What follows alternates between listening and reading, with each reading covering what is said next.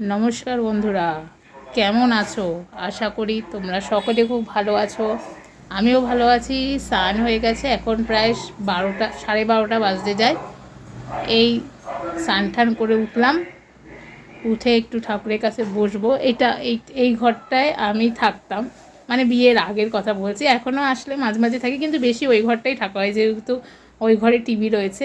এই ঘরটা আমার ছিল। এখানে আমি আর বোন শুতাম এই বিছনাটায়। যাই হোক, সব স্মৃতি।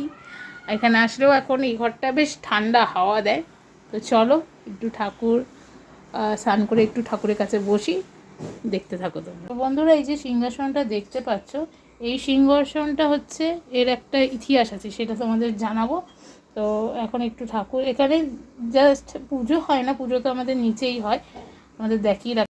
আর এই দুর্গা মূর্তিটা কেমন অবশ্যই জানিও। বোন পুরুলিয়ায় গেছিলো, তখন সেখান থেকে আনা। কেমন দুর্গা মূর্তিটা অবশ্যই জানিও। আর এখানে একটু তুলসীতলায় ধূপকাঠি দেখিয়ে নিলাম।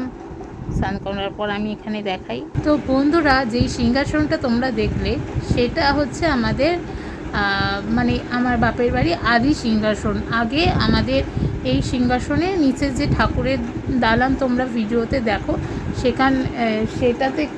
সেখানে আগে এই সিংহাসনেই পুজো হতো।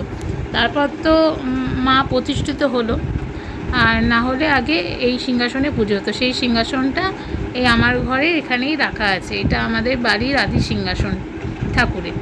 তো স্নান টান করে উঠেছি, আর গরমটাও কিন্তু সেরকম পড়েছে। এই দেখো, গরমে কিন্তু আমার আবার র্যাশ বেরিয়ে গেছে, দেখতেই পাচ্ছ। আশা করি সকলে এই গরমে সাবধানে থেকো। আর বিশেষ করে যাদের বাইরে বেরাতে হয়, যাদের বাইরে কাজকর্ম করতে হয়, যেই সকল মহিলা এবং পুরুষ উভয়ের জন্যই বলছি, তোমরা সবাই সুতির যে পোশাক আছে সেটা তোমরা পরো। সাথে জল অবশ্যই রেখো, আর ছাতা তো মাস্ট রাখবে। শরীর ভালো না লাগলে বা যতটা বাইরে যদি না বেরাতে হয়, এই গরমে কিন্তু কেউ বাইরে বেরিও না, কারণ প্রচণ্ড গরম পড়ছে। সকলে খুব সাবধান। আর যতটা পারবে এই গরমে তোমরা যতটা হালকা পাতলা খাওয়া যায় সেটাই খাও, সেটা শরীরের পক্ষে ভালো। আমি তো এখন সেরকম লং ভিডিও তোমাদের সঙ্গে দিতে পারছি না, এই শর্ট মিনি ব্লগের মাধ্যমেই তোমাদের সঙ্গে কথা বলি, ভালো লাগে। তোমরা যে আমাকে এখনও এতটা পর্যন্ত সাপোর্ট করছো, এটাই আমার কাছে বড় পাওনা। আমি এই ইউটিউবে এসে অনেক ভালো ভালো দাদা, দিদি, বোন, ভাই, আমার থেকে বড়, কে আমার বয়সে ছোট অনেককেই পেয়েছি, যারা সবসময় আমার সুখে দুঃখে সবসময় পাশে আছে, থাকবে, এই আর কি। তো চলো, তোমাদের একটাই কথা, সোনার সংসার চ্যানেলটিকে ঝটঝট করে সাবস্ক্রাইব করে দিও, লাইক কমেন্ট শেয়ার করতে ভুলো না, আর সাথে থেকো, পাশে থেকো, এটুকুই বলবো।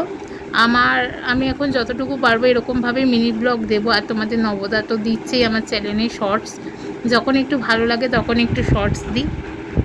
তো ঈশ্বরের কাছে প্রার্থনা করো আমি যেন আরও তাড়াতাড়ি ভালো হয়ে উঠি।